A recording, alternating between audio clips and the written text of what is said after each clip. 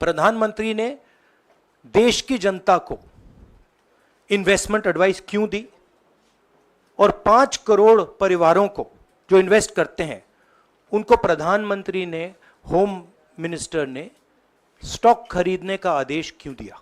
तो 6 जून के पहले आप बाय कर लेना, 4 जून के पहले वो सूट अप करेगा। 4 जून जैसा आपने कहा, जिस दिन चुनाव का नतीजा आएगा, आप उस हफ्ते भर में देखना कि यानी भारत का स्टॉक मार्केट के लिए उसके सारे जो उनके प्रोग्रामिंग के जो प्रोग्रामिंग वाले सारे उनके थक जाएंगे। तो 6 जून के पहले आप बाय कर लेना, 4 जून के पहले वो सूट अप करेगा। In terms of polling, now you made him, oh God. No, but the thing is, listen. You get it all right. Sir क्या बात कर रहे हैं आप? There's a lot of rigor and. लेकिन आज आपको रोते हुए देखा तो अच्छा नहीं लगा, ये हार जीत चलती रहती है। लेकिन एक बात मैं जरूर कहना चाहूंगा, इस देश की जनता को मूर्ख मत मानिए। शेयर मार्केट में कितने लोगों का पैसा डूबा, इसकी वजह से आपको शायद नींद आपकी भी हराम होनी चाहिए। ये आप उनका जवाब सुन लीजिए पवन जी। नहीं, जवाब सुन लीजिए। ये पाप है। We are absolutely convinced that this is a scam. Somebody has made thousands of crores of rupees and this is a criminal act. So we demand today a joint parliamentary committee to investigate this. नमस्कार, आप देख रहे हैं legal observer और मेरा नाम है मनोज रस्तोगी। आज हम बात कर रहे हैं राहुल गांधी द्वारा लगाए गए उस आरोप की जो मोदी जी को, अमित शाह जी को, ये नई जो सरकार बड़ी खुशी से बन रही है, बड़े बड़े दावे हो रहे हैं, बड़ा रिकॉर्ड बनाने की जो बात हो रही है, उनके लिए बहुत बड़ी परेशानी का सबब बनेगा, क्योंकि अब जो विपक्ष है वो मजबूत है। तो पहले मैं छवियां आपको क्लियर कर दूं, जो इमेजेस आपने देखी। एक सज्जन जो इसमें आपने देखे जो रो रहे थे, इनका नाम है प्रदीप गुप्ता। नेशनल टेलीविजन पे रोए, सब हैं हमारे पास उदाहरण। कपिल देव भी रोए थे, चंद्रबाबू नायडू जी भी एक बार नेशनल टेलीविजन पे रोए थे जब जगन रेड्डी की सरकार ने, वाईएसआर ने उनको विधानसभा में परेशान किया था और मोदी जी के साथ थे उस समय, तो फुट फुट कर रोए थे। वो भी आएगी बात, तो ऐसा नहीं है। लेकिन इनका संबंध क्या है? ये मामला है 4 जून को जो स्टॉक एक्सचेंज ने नोज डाइव किया और फिर अभी रिकवर कर रहा है, और उससे पहले एक नैरेटिव बनाया गया था कि साहब मोदी जी की सरकार वापस आ रही है, नेहरू जी का रिकॉर्ड टूट रहा है, तो स्टॉक एक्सचेंज तो वहाँ पहुँच जाएगा, यहाँ पहुँच जाएगा और लोगों को इन्वेस्ट करना चाहिए। अब नैरेटिव गढ़ने के चक्कर में कायदे, कानून, आचार संहिता, तो इस देश में सब कुछ मोदी नाम में समाहित हो गया था। लेकिन बाजी पलट गई, और अब पलटी हुई बाजी, ये जो लॉ ऑफ नेचुरल जस्टिस है ना, कि अहंकार किसी का नहीं टिका, तो अब ये पलटी हुई बाजी का जो पासे जो पलट गए ना, अब इसका मतलब समझ आएगा। अभी तक तो निरंकुश था मामला, जो सोचा वो हो गया, जो बोला वो कानून, कोई बोलने वाला नहीं, और कोई बोले तो उसको निपटाने का तरीका है। सदन से निकाल दिया, सस्पेंड कर दिया, ईडी, इनकम टैक्स, सीबीआई सब डिस्पोजल पे है, जो कि अवतार पुरुष, विश्व गुरु।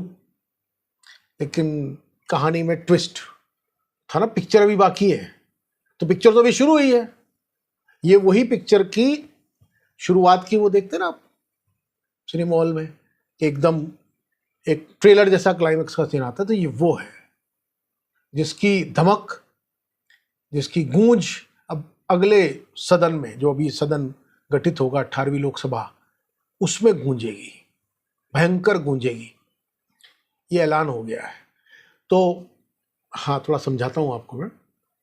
मामला है, चुनाव के दौरान जो स्टॉक मार्केट की बात हो रही थी कि व्यवस्था, अर्थव्यवस्था बहुत ऊपर जा रही है, तीसरी अर्थव्यवस्था बनने जा रहे हैं, $7 ट्रिलियन की इकॉनमी बनने जा रही है, और उसका एक इंडिकेटर सट्टे बाजार भी होता है और स्टॉक एक्सचेंज भी होता है। तो उसको नैरेटिव को पुष्ट करने के लिए कि कितनी भारी जीत होने जा रही है, जो रिकॉर्ड तोड़ देगी विश्व में, मार्केट थैचर के और जो दूसरे ग्लोबल लीडर्स हुए हैं उन सब के रिकॉर्ड टूट जाएंगे, मोदी जी वो उस चक्कर में ये भी एक नैरेटिव था। अब उसमें जब आया एग्जिट पोल जिसके प्रदीप गुप्ता जी अभी रो रहे थे क्योंकि सारे सिरे से खारिज हो गए, सबसे बड़ा नाम उन्हीं का था, तो भाई सवाल तो उठेंगे।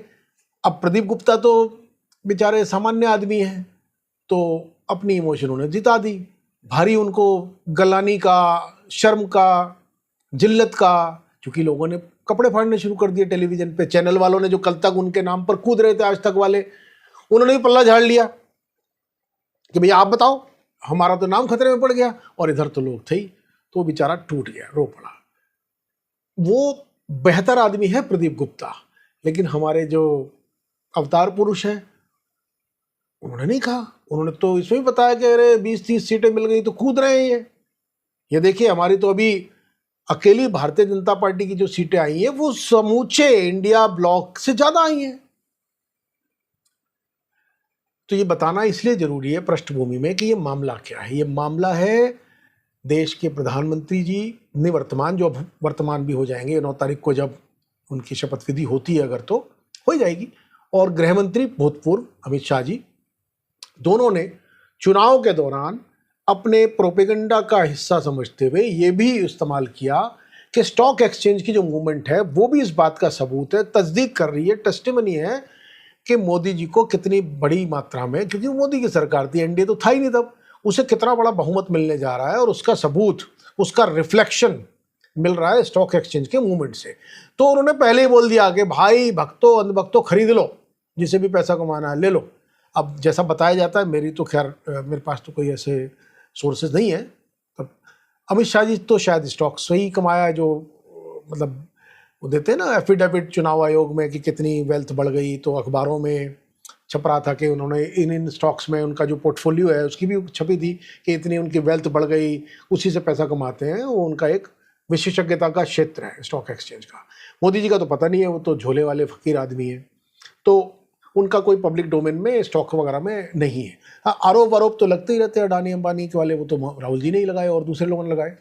तो वहां पर ये बात उठी और सबूत तो आपको दिखला दिया कि उन्होंने कहा, जिस चैनल को कहा वो देश के सबसे बड़े, विश्व के दूसरे तीसरे नंबर पे पहुंचे उद्योगपति के चैनल हैं, उनको कहा, तो ये तो सामने प्रमाण है। पोलिस्टर जो थे आपके प्रदीप गुप्ता जी, एक्स वाले, जिनका सबसे बड़ा नाम था, वो किस तरह से धराशायी हुए, किस तरह से हो, तो उनको भी लपेट लिया जनता ने कि भाई तुम भी चढ़ा रहे थे एग्जिट पोल में, तुम ही ने दिखलाया, और लोगों ने उस चक्कर में खरीद लिए। 30 लाख करोड़ रुपए उड़ गए। शिकार कौन हुआ, फंसा कौन?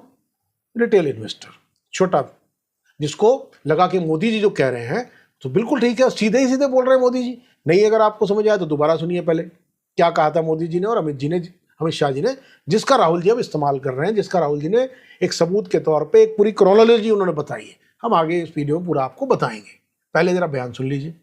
पहली बार हमने नोट किया कि चुनाव के समय प्रधानमंत्री ने, होम मिनिस्टर ने और फाइनेंस मिनिस्टर ने स्टॉक मार्केट पर टिप्पणी दी। प्रधानमंत्री ने 2-3 बार 4 बार देश को कहा कि स्टॉक मार्केट तेजी से आगे बढ़ने जा रही है। होम मिनिस्टर ने सीधा कहा कि 4 जून को स्टॉक मार्केट आसमान में जाएगी, लोगों को खरीदना चाहिए, और यही मैसेज फाइनेंस मिनिस्टर ने दिया। फर्स्ट, ये आज थोड़ा हम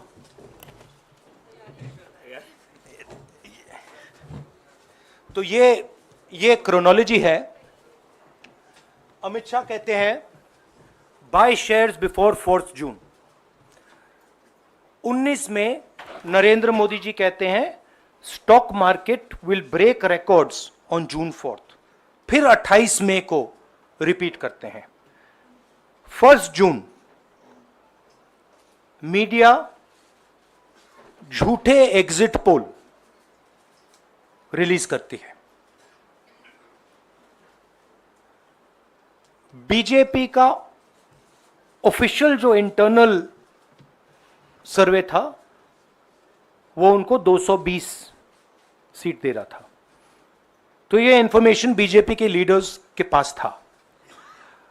इंटेलिजेंस एजेंसीज ने 200 और 220 के बीच में सरकार को बताया था कि उनकी सीट्स आ रही हैं।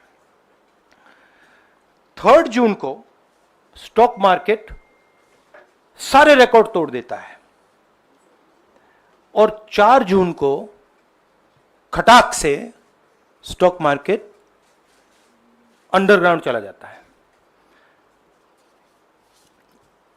अगला स्लाइड दिखाइए जरा। ये देखिए 31 मई massive stock activity, more than double what was there on 30th, more than double what was there on 29, 28. ये अनोमली देखिए। ये कौन लोग हैं? ये वो लोग हैं जो जानते हैं कि कोई ना कोई घपला हो रहा है। हजारों करोड़ रुपए यहां पे इन्वेस्ट हुए हैं, फॉरेन इन्वेस्टर्स ने इन्वेस्ट किए हैं और उसके बाद 30 लाख करोड़ रुपए का लॉस होता है। किसका लॉस होता है? रिटेल इन्वेस्टर्स का लॉस होता है। तो ये जो आप देख रहे हैं हिंदुस्तान की स्टॉक मार्केट की हिस्ट्री का सबसे बड़ा स्कैम है और इसके बारे में हम कुछ सवाल पूछना चाहते हैं। पहला सवाल, why did PM and HM give specific investment advice to the 5 crore families investing in the stock market? Is it their job to give investment advice? Second, why both interviews were given to the same media house owned by the same business group which is also under SEBI investigation for manipulating stock market? Third, what is the connection between the BJP, the fake exit pollsters and the dubious foreign investors who invested one day before the exit polls were announced and made a huge profit at the cost of 5 crore families? We demand a JPC into this. We are absolutely convinced that this is a scam. Somebody has made thousands of crores of rupees at the cost of Indian retail investors, and the Prime Minister and the Home Minister have given an indication to buy. And this is a criminal act. So we demand today a joint parliamentary committee to investigate this. तो सुना आपने, तो राहुल गांधी जी ने जो अब विपक्ष का सबसे मजबूत चेहरा बन के उभरे हैं, जिन्हें कल तक पप्पू कहते थे ना, जिनका शहजादे मजाक उड़ाया जाता था, देखिए वक्त बदलता तो कैसे बदलता है। अब ये सारे इस बात के संकेत हैं कि इस बार विपक्ष के जो नंबर्स हैं वो पहले की तरह नहीं है कि आपने सांसद सस्पेंड कर दिए, बाहर निकाल दिया। अब तो महुआ मोइत्रा भी हैं, ठीक है। अब तो 232 लोग हैं विपक्ष के, और भी कुछ लोग जुड़ जाएंगे उसमें, चंद्रशेखर बीमारवी वाले और 1-2 लोग और हैं।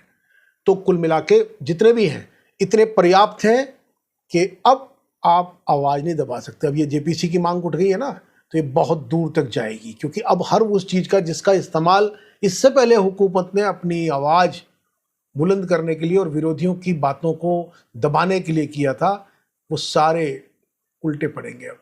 तो मामला है कि भैया बताओ कि चुनाव की संहिता के दौरान आपने कैसे किया, कौन लोग शामिल थे जिनको इसका नाजायज़ लाभ उठा। उसमें घसीट में आ रहे हैं एग्जिट पोल वाले भाई साहब जिन्होंने उसकी आंकड़ों से पुष्टि की। उसमें घसीट में आ रहे हैं जो राहुल गांधी जी कह रहे हैं, हमारे प्रधानमंत्री जी भूतपूर्व या अभी वर्तमान होने वाले, अब गृहमंत्री रहेंगे या कोई और रहेंगे।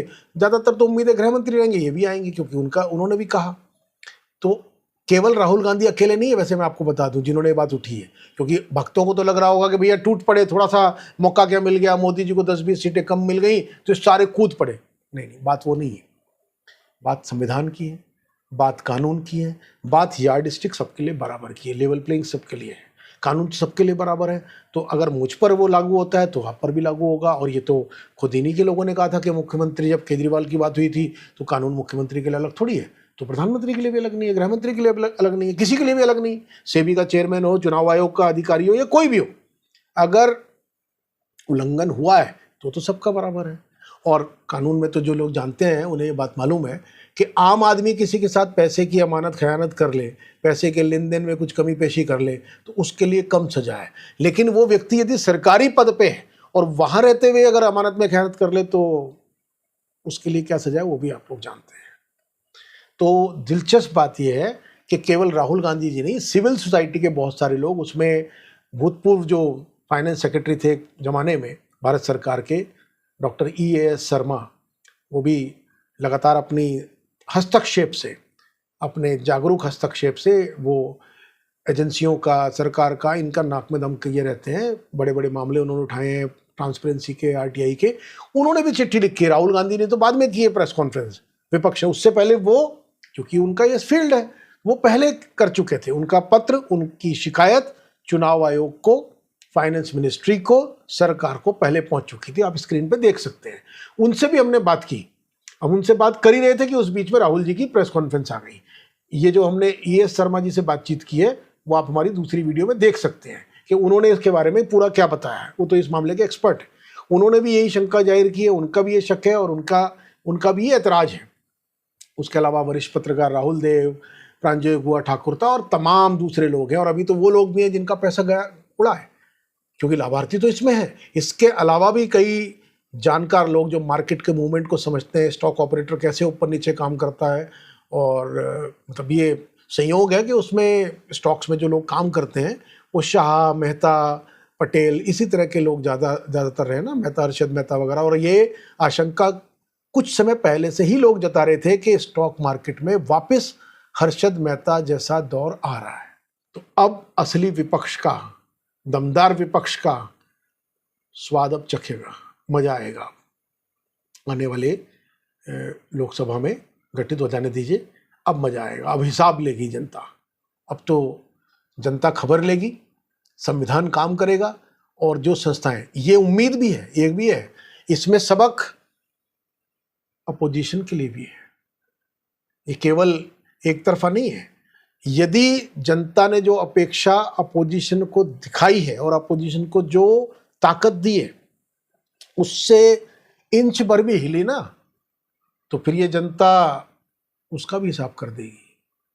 तो अब जनता जागरूक रहे इसी उम्मीद के साथ। और राहुल जी ने जो बात सिलसिलेवार कही है उसको कानून के संदर्भ में, संविधान के संदर्भ में, जांच एजेंसियों के संदर्भ में, देश के अंदर इसके पहले जो उदाहरण है ऐसे मामलों के, उसके तहत उस कसौटी पर इसको कसा जाना आवश्यक है।